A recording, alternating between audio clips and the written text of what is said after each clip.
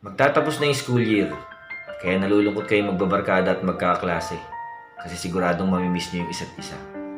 Kaya naman naisip nyo na magpakuha ng litrato. Merong malapit na photo studio sa school nyo. Pagkatapos ng klase, dumiretso kayo doon. Mga naka-uniform pa kayo, magpapakuha kayo ng picture. Ang pinili nyong package yung maraming kopya tapos may mga wallet size pa. Para pag na-develop, maghahati-hati kayo. Maya-maya tinawag na kayo ng photographer. Pinapili kayo ng design ng tela na gagawing background sa mga pictures nyo.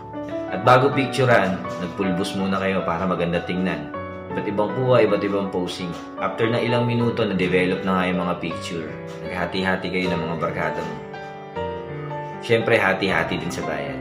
Pagkakuha mo ng picture, sinulatan mo yung likod, ng petsa, mga pangalan nyo, at pangako sa isa't isa na walang kalimutan habang buhay na magiging magkaibigan. At bakasyon na nga, halos wala na kayong balita sa isa't isa. Tsambahan na lang kung magkikita kayo sa enrollment. At hindi nyo rin alam kung sino yung magiging kaklase nyo sa susunod na school year. Hanggang sa hindi na talaga kayo nagkasama-sama. Yun na pala yung huli. Kamusta na kaya sila? Ano na kayang balita sa kanila? Yung luma nyong picture, nawala na, nasira, napunit, kumupas. Pero yung alaala nyo, hindi mawawala yan.